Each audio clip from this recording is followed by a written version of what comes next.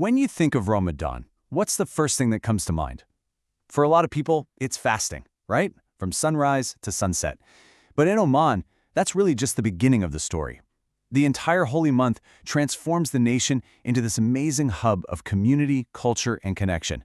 So let's really dig into that. What does Ramadan actually feel like in Oman? Beyond the fasting, what's the real day-to-day vibe? Is it all quiet and solemn? Or is there something more going on? Well, the answer is a huge yes to something more. Because after the sun goes down, Oman absolutely comes alive. We're talking vibrant festivals, unique learning opportunities, and timeless traditions that bring everybody together, really strengthening the whole fabric of society. So let's start with celebrating together, with these grand festivals. This is where that community spirit really shines. And listen, these aren't just small get-togethers. We're talking massive public events that are a huge part of the modern Ramadan experience for thousands of families. And what's so cool is you get this tale of two festivals that shows you the two faces of modern Oman. On one hand, in the capital, Muscat, there's Layali Al Irfan. It's sleek, modern, held at a massive convention center, and it's all about family entertainment and commerce. But then you head out to a town like Nakhal, and you find the Ramadan Village, a community-run fair that's all about preserving Omani heritage. It's this beautiful balance, a country embracing the future while holding on tight to its past. And these events have a real-world impact. They're not just for fun. At that big Layali Al Irfan festival, for example, they give vendor space to around 55 local small and medium-sized businesses. So think about that. It's not just a party. It's a platform for local entrepreneurs, a real boost to the community's economy. And get this, the organizers of that big, modern festival, you'd think it's all about business, right? But their stated goal is, and I'm quoting here, to recreate the authentic essence of Ramadan. That says so much. It shows that even in the most modern settings, the ultimate goal is to capture that deep spirit of community. Okay, but this community spirit isn't just found at festivals. Ramadan is also a super important time for education, for connecting the younger generation with their amazing history. A perfect example? The Oman Across Ages Museum. You might picture a museum as this really quiet place, but during Ramadan, forget that. It completely transforms into this bustling, energetic hub for cultural learning. It's not just a place for artifacts anymore. It becomes a living, interactive classroom. And the programs they've designed for young people are just brilliant. They have Al-Hakawati, which is traditional storytelling that just brings history to life for the kids.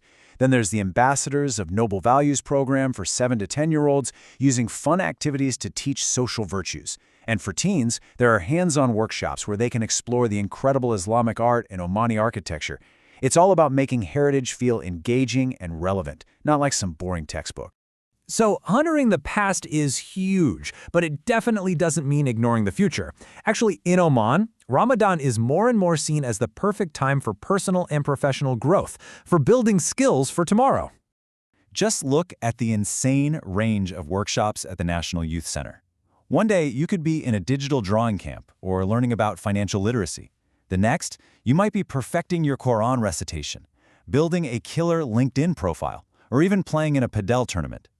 The big takeaway here is that growth during the holy month is seen as both spiritual and practical. And the scale of these programs is massive. In just one virtual training session, they had over 350 young men and women participate. That's incredible. It shows you not only how much demand there is for this stuff, but also how they're using technology to make it accessible to everyone.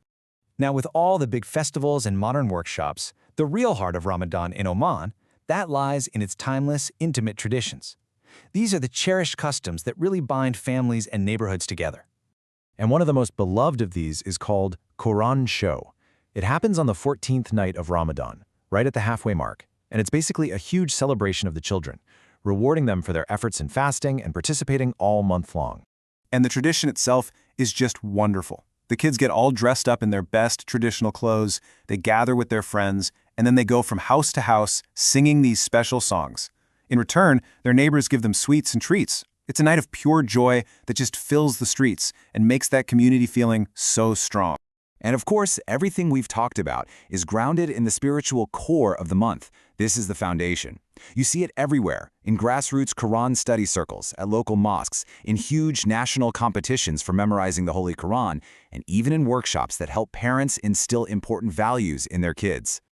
So when you put it all together, you see this really clear picture. Ramadan in Oman isn't just one thing. It's this complex, beautiful tapestry that's simultaneously honoring a rich past, deeply enriching the present, and actively building a stronger, more connected future. And that really leaves us with a fascinating thought. Oman's example shows that tradition isn't something that needs to be locked away in a museum. When it's nurtured, it can be this dynamic, living force. So it makes you wonder, how can the community's most cherished traditions become the very engine that powers its future?